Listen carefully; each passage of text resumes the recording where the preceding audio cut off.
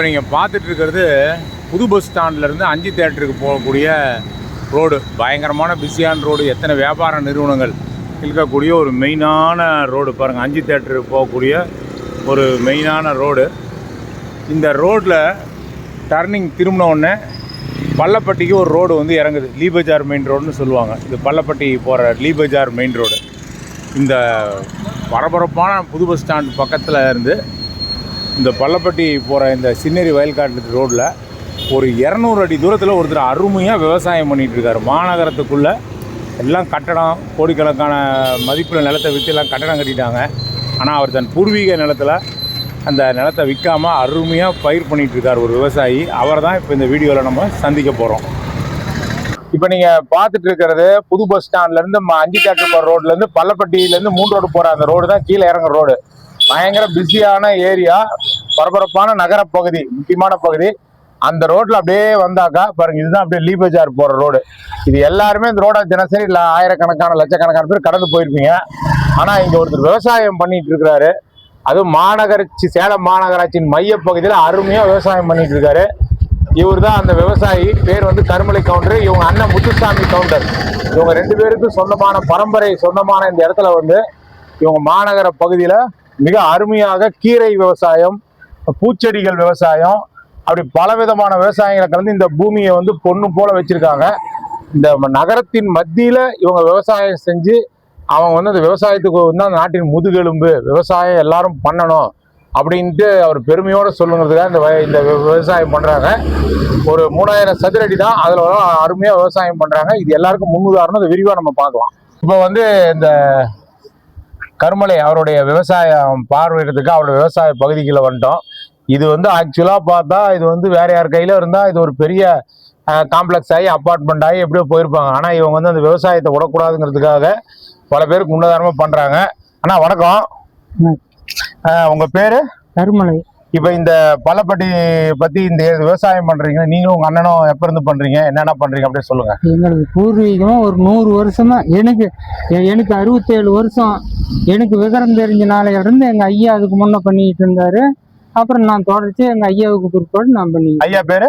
Vaiyapuri counter தான். Vaiyapuri counter. அவரோட இதில் தொடர்ச்சியாக நீங்கள் விவசாயம் பண்ணுறீங்க. இப்போ என்னென்ன விவசாயம் பண்ணுறீங்க இங்கே? கீரை வகைகள் அத்தனையும், முருங்கைக்கீரை, அவித்திக்கீரை, வல்லாரக்கீரை, பாலாக்கீரை, தூதுவளை, முருங்கைக்காய், எல்லா கீரையுமே, கீரை வகை பூராவுமே. இது வந்து கீரைக்கார தோட்டம்னு அந்த காலத்தில் இந்த ஏரியாவில் கிராமமாக இருக்கும்போது அழைச்சிருக்காங்க. கீரைக்கு பயிரிடுறதுல இவங்க ரொம்ப சிறப்பானவங்க. இது வந்து இன்னும் கொஞ்சம் கீழே இறங்கி போய் நம்ம டீப்பாக பார்க்கலாம். பார்த்தீங்களா, ஒரு பெரிய அப்பார்ட்மெண்ட்டு புது பஸ் ஸ்டாண்ட் 5 தியேட்டர் ரோட்டில் பக்கத்துலேயே இந்த டார்லிங் ஷோரூம் வந்து இறங்கி வந்தால் இந்த இது அதுக்கு நடுவில் அற்புதமான விவசாய பூமி விளைவு பண்ணிட்டு இருக்காரு கருமலை கூடல. அவரோட கத்திரி தோட்டத்தில் தான் இப்போ நம்ம நிற்கிறோம். இவர் வந்து கணபதி அசோகர் பசுமை இல்ல உடைய நிறுவனர், தலைவர். சேலத்தில் வந்து நிறைய பசங்கள் இது மரங்கள் வளர்க்குறது, மூலிகை வளர்க்குறது, மூலிகை பண்ணை நம்ம கூசமலையில் பெருமாள் மலையில் வச்சிருக்காரு. இந்த ஊர்க்காரு, பள்ளப்பட்டிக்காரு. சார், இந்த இடம் அந்த காலத்தில் எப்படி இருந்தது இந்த இடம்லாம்? சார், நான் வந்து சிறு வயதில் பள்ளிக்கூடம் படிக்கிற காலத்துலேருந்து இங்கே பார்க்குறேன். இவங்க ஒரு 3 தலைமுறையே வந்து இந்த இயற்கை பாதுகாக்கிற வகையில் மக்களுக்கு பயன்படும் வந்து ஒரு நச்சில்லாத கீரையை, நல்லா பல வகையான கீரைகள் வளர்த்து இயற்கை விவசாயமா பண்ணி மக்களுக்கு எல்லாம் கொடுத்துட்டு இருக்காங்க. அது இன்னைக்கு நவீன காலத்துலயும் இந்த இயற்கையை வந்து மண்ணை அழிக்காத கீரை போட்டு மக்களுக்கு ஒரு பயனாற்ற பண்ணி கொடுக்குறாங்க. நல்லது. என்னென்ன கீரை போட்டிருக்கீங்க இப்ப சொல்லுங்க. கீரை, என்ன கீரை? இது கத்திரி தண்டுக்கீரை, அரைக்கீரை, தண்டுக்கீரை, பாலாக்கீரை, தூதுவளை, முருங்கைக்கீரை, அவித்திக்கீரை, மீதி அது மணத்தக்காளி. மணத்தக்காளி என்ன கீரை இருக்கோ எல்லாமே வந்து செயற்கை உரம், ரசாயனம் எல்லாம் போடாம இயற்கையால வேற வச்சு இவர் வந்து உழவர் சந்தையிலையும் மற்றும் வியாபாரிகளுக்கு கொடுத்து சேலம் பூரா பரவலாக பண்றாங்க. நீங்க சேலத்துல எங்க கீரை வாங்கினாலும் அது இவங்களுடைய கீரையா தான் இருக்குங்கிறது தான் உண்மை. அங்க பாருங்க, அவர் வந்து இது வந்து சார் அது என்ன தட்டா? தீவனத்தட்டு. அது ஒரு பயிரா பயிர்றாங்க ஒரு பகுதியில. அது என்ன கொய்யா மரங்களா? பாருங்க, கொய்யா மரம் இருக்கு. இங்க பக்கத்துல பாருங்க வாழை மரம். இது பாருங்க வாழை மரம், வாழைத்தோப்பு. அதுக்கு முன்னாடி தட்டு. அங்க பாருங்க அகத்திக்கீரை. நம்ம அமாவாசை அன்னைக்கு மட்டும் தான் அகத்திக்கீரை நினைக்கிறோம். இவங்க அந்த அகத்திக்கீரை இவங்க தான் பயிர் பண்றாங்க. அகத்திக்கீரை பாருங்க, ஜிலு ஜிலு ஜிலுன்னு இவ்வளவு ஹாட்டா இருந்த அந்த நகரம் இங்க வந்த உடனே குளு குளுன்னு காத்தரிக்குது. இந்த மண்ணை பாருங்க, இந்த மண்ணை வந்து எல்லாம் காங்கிரீட் கடை ஆகிற நேரத்துல இவர் வந்து நீர் பாய்ச்சி இதை வந்து எல்லாம் மரம் நட்டு செடி நட்டு எவ்வளவு அழகா இந்த விவசாயம் பண்ணிட்டு இருக்காங்க. சார், விவசாயத்துக்கு எல்லாம் இப்ப ஆள் கிடைக்கிறாங்களா? ஆள்லாம் கிடைக்கிறது இல்லைங்க. ஏன் விவசாயத்துக்கு யாரும் வர மாட்டேங்கிறாங்க? இப்ப யாரு கட்டட வேலைக்கு போறாங்க, சாயங்காலம் 1000 1500 வாங்கிட்டு போறாங்க. காட்டு வேலைக்கு வந்தா 700 800 ரூபா கூலி கொடுக்குறோம். ஆனா வெயில்ல வேலை செய்ய முடியாதுன்னு வரமாட்டேங்கிறாங்க. உடம்பு வளைஞ்சு வேலை செய்ய மாட்டேங்கிறாங்க.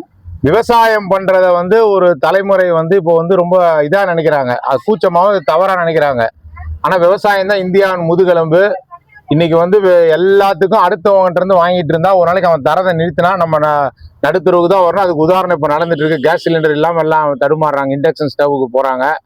1 கலோரி உணவுக்கு நம்ம 10 கலோரி வந்து இந்த பெட்ரோலு, டீசலு, நெகிழி இதெல்லாம் செலவு பண்ணி இது பண்ணிட்டு இருக்கிறோம். பூமியும் கெடுத்துட்டு இருக்கிறோம். அதனால அவங்க கூட்டு சேர்ந்தாவது ஒரு விவசாய நிலம் வாங்கி தற்சார்பு பொருளாதாரம் தங்களுக்கு வேண்டுங்கிற காய்கறிகள், உணவுப் பொருட்களை நாமளே தயாரிச்சுட்டா யாருக்கிட்டையும் கையேந்த வேண்டியதில்லை. அதற்கு உதாரணம் நம்மளுடைய முத்துசாமி, கருமலை கவுண்டர்கள் அண்ணன் தம்பிங்க 2 பேரும். சார், ராமநாதன் சார், இப்போ டவுனுக்குள்ள நிறைய பேர் காலி இடம் போட்டிருக்காங்க. அவங்களுக்கு என்ன பண்ணலாம், என்ன ஐடியா சொல்லுங்க? இப்போ என்னை பொறுத்த வரைக்கும், இப்போ நான் பார்த்த வரைக்கும் இது ஒரு 20 வருஷமா நான் இதை பார்த்துட்டு இருக்கேன். ஐயா விவசாயம் பண்றது வந்து நான் பார்த்துட்டு இருக்கேன். இப்போ என்னோட ஒரு சின்ன வேண்டுகோள் என்னன்னா, ஒரு 2000 சதுரடி 3000 சதுரடி, நிறைய பேர் பார்த்தீங்கன்னா ஒரு தனக்குன்னு ஒரு வீடு இருக்கும். பட் ஒரு 2000 சதுரடி 3000 சதுரடி வந்து தன்னுடைய சந்ததிக்கோசரம் வாங்கி போட்டிருப்பாங்க. அது சும்மாவே கிடக்குது. இது மாதிரி வந்து ஏகப்பட்ட நிலம் இருக்கு. அதுல வந்து ஒரு சின்ன முயற்சி எடுத்து அந்த ஃபேமிலி அவங்களுக்கு வேண்டிய காய்கறி, கீரைகள் போட்டு பண்ணாங்கனாலே தற்சார்பு இது வந்து வந்துடும். பூமியும் கிரீனா இருக்கும். கிரீனா இருக்கும்போது வந்து சுற்றுப்புற சூழல் வந்து பாதுகாக்கப்படும். இது வந்து எல்லாரும் வந்து கருத்துல எடுத்துக்கணும். ஏதாவது சும்மா எதிர்காலத்துக்கான வாங்கி சும்மா பிளாட்டை போட்டு வச்சிருக்கீங்களா, அதை சும்மா வச்சிருக்காம அதில் ஏதாவது இந்த மாதிரி கீரைகள், சின்ன சின்ன பயிர்கள்லாம் பயிரிட்டிங்கனாக்கா அதில் கிடைக்கிற மன நிறைவு வேற, பூமி குளுமையாகும், சுற்றுச்சூழல் மேம்படும். 2வது, நீங்கள் உங்கள் உணவுக்கு யார்கிட்டையும் மாடி தோட்டம்லாம் வச்சிங்கன்னா கையேந்த வேண்டியதில்லை. இன்னைக்கு பெட்ரோல் பஞ்சம், கேஸ் சிலிண்டரும், நாளைக்கு உணவு பஞ்சம் கொண்டு வருவாங்க. அப்போ அடுத்தவங்ககிட்ட உணவு நம்ம நம்பி இருக்க வேண்டியதில்லை. நம்மளே உணச்சி நம்ம தற்சார்பு எல்லாம் நமக்கு தேவையான நீர், மழை நீர் சேகரிப்பில் செஞ்சுக்கலாம். சோலாரில் நமக்கு தேவையான கரண்டை உற்பத்தி பண்ணிக்கலாம். விவசாயம் நம்ம மூலம் இது பண்ணிக்கலாம். அதுக்கு உதாரணம் இந்த பள்ளப்பட்டி சின்னேரி வயல்காட்டில் பரம்பரையாக விவசாயம். இன்னமும் இந்த நிலத்தை வந்து அவங்க வந்து அப்பார்ட்மெண்ட் அது இதெல்லாம் கொடுக்காம, நிலத்தின் மதிப்பு கோடிக்கணக்கில் இருந்தாலும் விவசாயத்தை விடக்கூடாதுன்னு பண்ணக்கூடிய இவங்க வையாபுரி கவுண்டருடைய வாரிசுகள் முத்துசாமி கவுண்டரும், கருமலை கூட மற்ற அவங்களோட குடும்பத்தில் எல்லாருமே செய்கிறாங்க. அவங்களாம் பாராட்டுக்குரியவர்கள். மேலும் அப்படியே தோட்டத்தை என்னென்ன இருக்குன்றதை பார்க்கலாம். இப்போ பார்த்தது முத்துசாமி கவுண்டர், அவருடைய விவசாய பகுதி இது. அடுத்து அவங்க தம்பியோட விவசாய பகுதிக்கு போகலாம். அவர் வந்து கீரை ஸ்பெஷலிஸ்ட், அதையும் பார்க்கலாம். பாருங்க, இப்ப நீங்க வந்து பார்த்துட்டு இருக்கிறது வல்லாரக்கீரை. இன்னைக்கு சேலத்துல சேலம் மாநகரத்துல எங்க நீங்க வல்லாரக்கீரை வாங்கினாலும் அது இவர் கருமலை கவுண்டர் அவர் தோட்டத்துல இருந்த வல்லாரக்கீரை தான் நீங்க சாப்பிடுறீங்க. வேற எங்கேயுமே வல்லாரக்கீரை நல்ல ஞாபக சக்தி உகந்தது, மூளைக்கு உகந்தது. அதை எப்படி பயிர் பண்றாரு பாருங்க. உட்காந்து இடுப்பு எலும்பு இது பண்ண நவுந்து இந்த கீரையை வந்து அறுவடை பண்றாரு. இப்படி எல்லாம் கஷ்டப்பட்டு தான் அந்த கீரை வருது. நம்ம 10 ரூபா வாங்குறதுக்கு பேரம் பேசுறோம். அவர் எப்படி ஒரு கீரை கட்ட அறுவடை பண்றாரு பாருங்க. ஆனா இது என்ன கீரை? மல்லாரை. இது எது இதோட நல்ல இதுனா பலன் இதுக்கு மூளை வளர்ச்சி, ஞாபக சக்தி, அதுக்கு உகந்தது. குழந்தைகளுக்கு இது கொடுத்தா நல்லா படிப்புல நல்லா ஞாபக சக்தியோட பறிச்சு எழுதுவாங்க. வல்லார சூப்பு, வல்லாரங்கிறாங்க. சேலத்துல விளையாடுறது இந்த பள்ளப்பட்டி சின்னேரி வயல்காடு. அதாவது இது என்ன சின்னேரி வயல்காடுனா, புது பஸ் ஸ்டாண்டு ஒரு ஏரியில தான் புது பஸ் கட்டிருக்காங்க. பள்ளப்பட்டி ஏரி வந்து பெரிய ஏரி. பள்ளப்பட்டி இப்ப உருவாயிருக்கு இல்லைங்களா ஏரி, அது பெரிய ஏரி. புது பஸ் ஸ்டாண்டு உருவானது ஒரு அச்சுவான் ஏரின்னு சொல்லுவாங்க, அது சின்னேரி. அந்த சின்னேரி பக்கத்துல இருந்த வயல்காடுங்கிறதுனால இதுக்கு சின்னேரி வயல்காடுன்னு பேரு.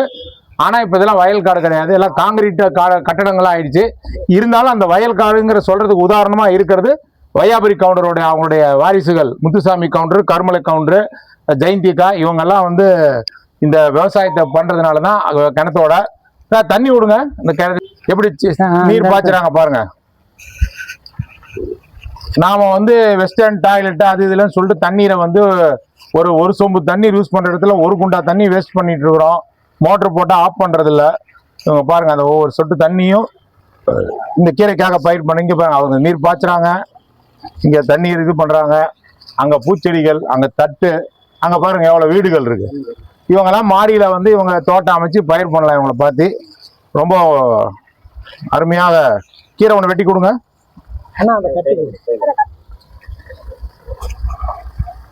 பாருங்க இதான் வல்லாரக்கீரை. இந்த வல்லாரக்கீரை வாங்குறதுக்கு நான் வந்து கடை வீதியில வரலையான்னு கேட்டு வாங்குவோம். ஆனா இப்ப பாருங்க இந்த வல்லார தோட்டத்தையே இன்னைக்கு நான் பார்த்துருக்கேன். இப்படிதான் உற்பத்தி பண்றாங்க. சேலத்தில் இருக்கிற எல்லா வல்லார கீரையும் இந்த பள்ளப்பட்டி சின்னேரி வயல்காட்டு இருக்கக்கூடிய இவங்களுடைய இந்த விவசாயம் இந்த நேரடியாக கூட நீங்க எல்லாம் வரலாம். விவசாயம் பண்ண ஆர்வம் உள்ளவர்கள் இந்த இடத்துக்கு நேரடியாக வந்து அவர்கிட்ட கேளுங்க, அவர் ஐடியா கொடுப்பாரு. கீரைலாம் வந்து நேரடியாக வந்து பாருங்க, குழந்தைங்களை கூட்டிட்டு வாங்க. இந்த மாதிரி எல்லாரையும் விவசாயத்தில் ஈடுபடுத்துங்க. நீங்கள் எந்த ஜாப்ல இருந்தாலும் கொஞ்ச நேரம் விவசாயத்துக்கு ஒதுக்கி பார்ட் டைமாக இந்த செல்ஃபோன் இதெல்லாம் விட்டுட்டு கொஞ்சம் விவசாயத்தில் ஈடுபடணும். பாருங்க பப்பாளி வச்சுருக்காங்க. பப்பாளி இது வந்து மாதுளை. இந்த 250 ரூபா 400 ரூபா கிலோ போட்டு வாங்குறோம் மாதுளைன்னு. அதை வந்து நம்மளே நினச்சா நம்ம காலி இடத்துல அழகாக பயிர் பண்ணி நம்ம சாப்பிட்லாம். எவ்வளோ காசு மீதி, பூமி பசுமையாகும், பூமி தாய் மகிழும்.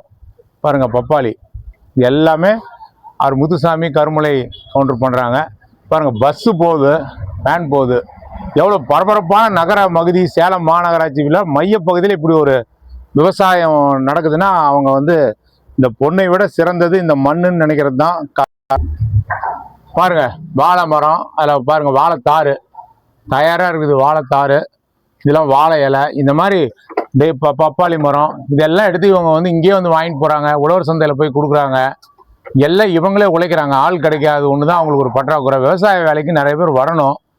விவசாயம் வந்து இன்னும் நல்லா பெருமையாக நிறைய நடந்தால் தான் எதிர்கால சந்ததியினர் வந்து எந்தவித பஞ்சமும் இல்லாமல் வாழ்வாங்க. இது கிடைக்கிறதே அபூர்வம். எங்கேயுமே பாருங்க இவ்வளோ பக்கமாக குட்டி குட்டியாக பார்த்தீங்களா சீமை தக்காளி அவ்வளோ சத்து உள்ளது, எங்கேயுமே பார்க்க முடியாது.